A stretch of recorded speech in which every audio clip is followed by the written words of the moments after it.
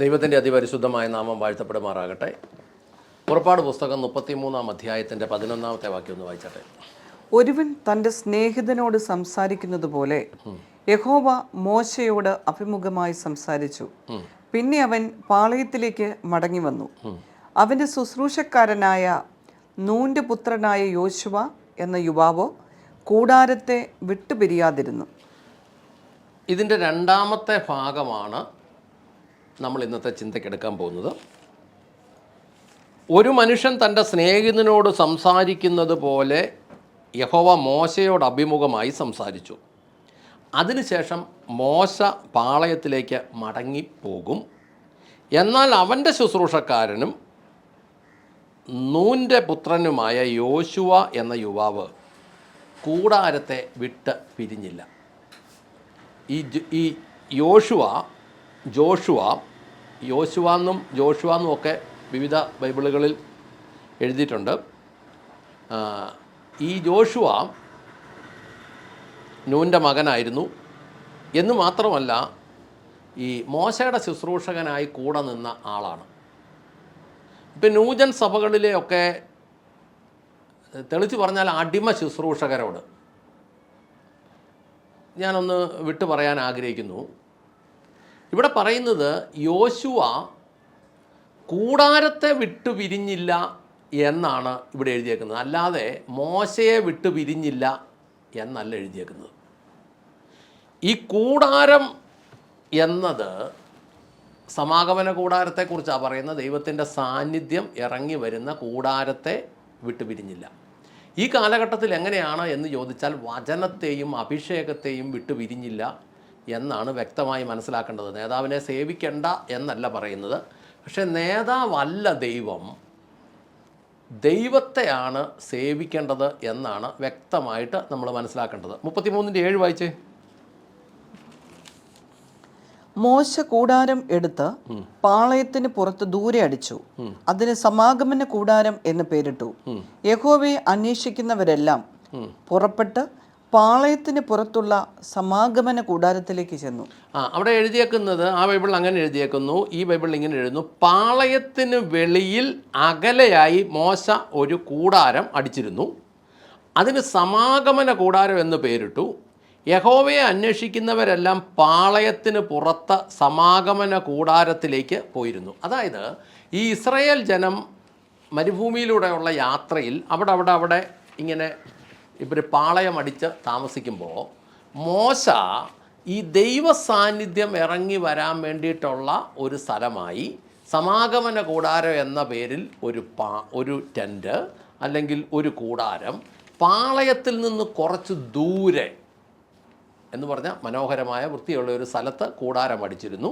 യഹോവയെ അന്വേഷിക്കുന്നവരെല്ലാം പാളയത്തിന് പുറത്ത് സമാഗമന കൂടാരത്തിലേക്ക് പോയിരുന്നു എന്ന് നമ്മൾ വായിക്കുന്നു. ഇനി അതിൻ്റെ ഉദ്ദേശം എന്താണെന്ന് അതിൻ്റെ അടുത്ത 2 വാക്യങ്ങൾ വായിക്കാം, 8 മുതൽ 10 വരെ. മോശ കൂടാരത്തിലേക്ക് പോകുമ്പോഴെല്ലാം സകല ജനവും എഴുന്നേറ്റ് ഓരോരുത്തനും സ്വന്തം കൂടാരത്തിൻ്റെ വാതുക്കൽ നിന്നുകൊണ്ട് അവൻ കൂടാരത്തിൽ പ്രവേശിക്കുന്നത് വരെ അവനെ നോക്കിക്കൊണ്ടിരുന്നു. മോശ കൂടാരത്തിൽ പ്രവേശിക്കുമ്പോൾ മേഘസ്തംഭം ഇറങ്ങി കൂടാരത്തിൻ്റെ വാതുക്കൽ നിൽക്കുകയും യഹോവ മോശയോട് സംസാരിക്കുകയും ചെയ്തു. മേഘസ്തംഭം കൂടാരത്തിൻ്റെ വാതുക്കൽ നിൽക്കുന്നത് കാണുമ്പോഴെല്ലാം ജനം എഴുന്നേറ്റ് അവരവരുടെ കൂടാരവാതുക്കൽ നമസ്കരിച്ചു. അതായത് ഈ മോശ പാളയത്തിന് വെളിയിൽ ദൂരെയായി അടിച്ചിരിക്കുന്ന സമാഗമന കൂടാരത്തിൽ മോശ കൂടാരത്തിലേക്ക് പോകുമ്പോഴെല്ലാം സകല ജനവും എഴുന്നേറ്റ് ഓരോരുത്തരും സ്വന്തം കൂടാരത്തിൻ്റെ വാതുക്കൽ നിന്നുകൊണ്ട് അവൻ കൂടാരത്തിൽ പ്രവേശിക്കുന്നത് വരെ അവനെ നോക്കിക്കൊണ്ടിരുന്നു. മോശ കൂടാരത്തിൽ പ്രവേശിക്കുമ്പോൾ മേഘസ്തംഭം ഇറങ്ങി കൂടാരത്തിൻ്റെ വാതുക്കൽ നിൽക്കുകയും യഹോവ മോശയോട് സംസാരിക്കുകയും ചെയ്തു. അപ്പോൾ അവിടെ ഒരു എക്സ്ട്രാ കൂടാരം പാളയത്തിന് പുറത്ത് അടിച്ചിരിക്കുന്നത് യഹോവ ഇറങ്ങി വന്ന് സംസാരിക്കുന്ന ഒരു സ്ഥലമാക്കിയിട്ടാണ് അവിടെ ഉണ്ടായിരുന്നത്. അതായത് മേഘസ്തംഭം ഇറങ്ങി വന്ന് കൂടാരത്തിൻ്റെ വാതിൽ നിൽക്കുകയും അകത്തിരിക്കുന്ന മോശയോട് സംസാരിക്കുകയും ചെയ്യുമെന്നാണ് നമ്മൾ ഇത് മനസ്സിലാക്കിയത്. അപ്പോൾ കൂടാരത്തിൻ്റെ വാതക്കൽ മേഘസ്തംഭത്തിൽ യഹോവ വന്ന് നിൽക്കും, കൂടാരത്തിലിരിക്കുന്ന മോശയോട് സംസാരിക്കും. ഇനി നമ്മളിതിനകത്ത് മനസ്സിലാക്കേണ്ടത്, ഈ കൂടാരത്തെ വിട്ട് പിരിഞ്ഞില്ല യോശുവ എന്നാ കിടക്കുന്നത്. ഈ കൽപ്പനകൾ എഴുതി തയ്യാറാക്കിയ പലകവുമായി ഇറങ്ങി വരുമ്പോഴും യോശുവ കൂടെയുണ്ട്. പുറപ്പാട് പുസ്തകം 32 നിർത്തി, 32:17-18. ജനമാർത്ത് വിളിക്കുന്ന ഘോഷം യോശുവ കേട്ടപ്പോൾ അവൻ മോശയോട്, പാളയത്തിൽ യുദ്ധഘോഷം ഉണ്ട് എന്ന് പറഞ്ഞു. അതിനവൻ, ജയിച്ച് ആർപ്പിടുന്നവരുടെ ഘോഷമല്ല, തോറ്റ് നിലവിളിക്കുന്നവരുടെ നിലവിളിയുമല്ല, പ്രതിഗാനം ചെയ്യുന്നവരുടെ ഘോഷമാണ് ഞാൻ കേൾക്കുന്നത് എന്ന് പറഞ്ഞു. ജനത്തിന്റെ ആഘോഷ ശബ്ദം യോശുവ കേട്ടപ്പോൾ അദ്ദേഹം മോശയോട്, പാളയത്തിൽ യുദ്ധഘോഷമുണ്ട് എന്ന് പറഞ്ഞു. അപ്പോൾ 18-ാമത്തെ വാക്യത്തിൽ മോശ തിരിച്ചു പറഞ്ഞു, അത് ജയിച്ച് ആർക്കുന്നവരുടെ ഘോഷമല്ല, തോറ്റവരുടെ നിലവിളിയുമല്ല, പാടുന്നവരുടെ ശബ്ദമാണ് ഞാൻ കേൾക്കുന്നത് എന്ന് മോശ പറഞ്ഞു. അപ്പം നമ്മൾ ഇതിനകത്തുനിന്ന് മനസ്സിലാക്കുന്ന കാര്യം ഇതാണ്, ഈ ഫലകവുമായിട്ട് വരുമ്പോഴും ഈ ജോഷുവ കൂടെയുണ്ട് എന്നതാണ് നമ്മൾ മനസ്സിലാക്കുന്നത്. അപ്പം ജോഷുവ എപ്പോഴും മോശയോടും കൂടെയുണ്ട്. അതിലുപരിയായി ഈ കൂടാരത്തിനോട്, ദൈവ സാന്നിധ്യത്തിനോട് ചേർന്നാണ് നിൽക്കുന്നത്. അങ്ങനെ ഉള്ളത് കൊണ്ട് എന്താ ഗുണമെന്ന് സംഖ്യാപുസ്തകം 14:6-10 വരെ വായിച്ചേ. ദേശത്തെ പരിശോധന നടത്തിയവരിൽ നൂന്റെ മകൻ യോശുവയും യെഫുന്നെയുടെ മകൻ കാലേബും വസ്ത്രം കീറി ഇസ്രായേൽ മക്കളുടെ സർവ്വസഭയോടും പറഞ്ഞത്, ഞങ്ങൾ സഞ്ചരിച്ച് രഹസ്യമായി പരിശോധന നടത്തിയ ദേശം ഏറ്റവും നല്ല ദേശമാകുന്നു. യഹോവ നമ്മിൽ പ്രസാദിക്കുന്നുവെങ്കിൽ അവൻ നമ്മെ പാലും തേനും ഒഴുകുന്ന ആ ദേശത്തേക്ക് കൊണ്ടുചെന്ന് നമുക്ക് അത് തരും. യഹോവയോട് നിങ്ങൾ മത്സരിക്കുക മാത്രം അരുത്. ആ ദേശത്തെ ജനത്തെ ഭയപ്പെടരുത്. അവർ നമുക്ക് ഇരയാകുന്നു. അവരുടെ ശരണം പൊയ്പോയിരിക്കുന്നു. നമ്മോടുകൂടെ യഹോവയുള്ളതുകൊണ്ട് അവരെ ഭയപ്പെടരുത്. അപ്പോൾ അവരെ കല്ലെറിയണം എന്ന് സഭയെല്ലാം പറഞ്ഞു. അപ്പോൾ യഹോവയുടെ തേജസ് സമാഗമന കൂടാരത്തിൽ എല്ലാ ഇസ്രായേൽ മക്കളും കാണെ പ്രത്യക്ഷമായി.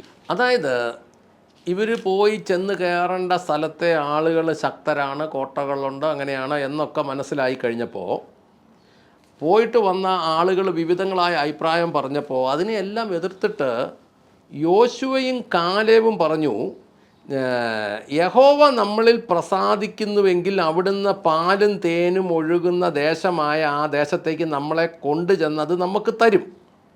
യഹോവയോട് മത്സരിക്കുക മാത്രം അരുതരുത്. ആ ദേശത്തെ ജനത്തെ ഭയപ്പെടരുത്. അവർ നമുക്കിരയാകും. അവരുടെ സുരക്ഷ നഷ്ടപ്പെട്ടിരിക്കുന്നു. എന്തെന്നാൽ യഹോവ നമുക്കൊപ്പമുണ്ട്. അവരെ ഭയപ്പെടരുത്. ഇത് കൃത്യമായിട്ടും ഈ സാന്നിധ്യത്തിൻ്റെ കൂടെ എന്ന് പറഞ്ഞാൽ സമാഗമന കൂടാരത്തെ വിട്ടുപിരിയാതെ നിൽക്കുന്ന യോശുവായ്ക്ക് ഇത് കൃത്യമായി അറിയാമായിരുന്നു. അതുകൊണ്ട് യോശുവ പറഞ്ഞു, യഹോവ നമ്മുടെ കൂടെ ഉള്ളത് കൊണ്ട് ആ ജനത്തിനെ ഒന്നും ഭയപ്പെടേണ്ട. എത്ര വലിയ സംഭവമാണെങ്കിലും ഇത് നമ്മുടെ കയ്യിൽ കിട്ടും. എന്നിട്ട് ഇത് പറഞ്ഞപ്പോൾ ഈ ജനമെല്ലാം കൂടെ ചേർന്ന് ഇവരെ കല്ലെറിയാൻ തുടങ്ങിയപ്പോൾ യഹോവയുടെ സാന്നിധ്യം പ്രത്യക്ഷപ്പെട്ടു എന്നാണ് നമ്മളവിടെ വായിക്കുന്നത്. കൂടാരത്തിൽ സകലർക്കും പ്രത്യക്ഷമായി കൂടാരവാതക്കൽ എന്ന് പറഞ്ഞാൽ സാന്നിധ്യത്തോട് ചേർന്ന് നടക്കുന്നവൻ്റെ ജീവിതത്തിൽ ഒരാവശ്യം വരുമ്പോൾ ദൈവം പ്രത്യക്ഷപ്പെടും. അതിൻ്റെ ആ പുസ്തകത്തിന് തന്നെ സംഖ്യാപുസ്തകം 14:29-30 വായിച്ചേ. നിങ്ങളുടെ ശവങ്ങൾ ഈ മരുഭൂമിയിൽ വീഴും. നിങ്ങളിൽ 20 വയസ്സും അതിലധികവും പ്രായമുള്ളവരായി എണ്ണപ്പെട്ടവരും എനിക്കെതിരെ പിറുപിറുത്തോരുമായ ഏവരുടെയും തന്നെ ഞാൻ നിങ്ങളെ പാർപ്പിക്കുമെന്ന് സത്യം ചെയ്ത ദേശത്ത് യെഫുന്നെയുടെ മകൻ കാലേബും നൂന്റെ മകൻ യോശുവയും ഒഴികെ നിങ്ങളിൽ ആരും പ്രവേശിക്കുകയില്ല. കണ്ടോ, അവിടെ ദൈവം കാര്യങ്ങൾ പറയേണ്ടതുപോലെ പറഞ്ഞു കഴിഞ്ഞപ്പോഴും ഈ സാന്നിധ്യത്തോട് ചേർന്ന് നടന്നവരെ ദൈവം കൈവിട്ടില്ലെന്നുള്ളതാണ് നമ്മൾ മനസ്സിലാക്കുന്നത്. 38 വായിച്ചതിൻ്റെ. എന്നാൽ ദേശത്തെ പരിശോധിക്കുവാൻ പോയ പുരുഷന്മാരിൽ നൂന്റെ മകൻ യോശുവയും യെഫുന്നെയുടെ മകൻ കാലേബും മരിച്ചില്ല. അവർ മാത്രം മരിച്ചില്ല, ബാക്കിയുള്ളവരൊക്കെ മരിച്ചെന്നാണ് നമ്മൾ വായിക്കുന്നത്. അതിൻ്റെ സംഖ്യാപുസ്തകം 26:65 വായിച്ചേ. അവർ മരുഭൂമിയിൽ വെച്ച് മരിച്ചു പോകുമെന്ന് യഹോവ അവരെക്കുറിച്ച് അരുളി ചെയ്തിരുന്നു. യെഫുന്നെയുടെ മകൻ കാലേബും നൂന്റെ മകൻ യോശുവയും ഒഴികെ അവരിൽ ഒരുവനും അവശേഷിച്ചില്ല. അവർ ആ പറഞ്ഞ പോലെ തന്നെ അവിടെ ചെന്ന് കയറി ബാക്കിയുള്ളവരൊക്കെ മരിച്ചു പോയെന്നാണ് പറഞ്ഞത്. ഇനി സംഖ്യാപുസ്തകം 27:18-20 വരെ കൂടെ വായിച്ചേ.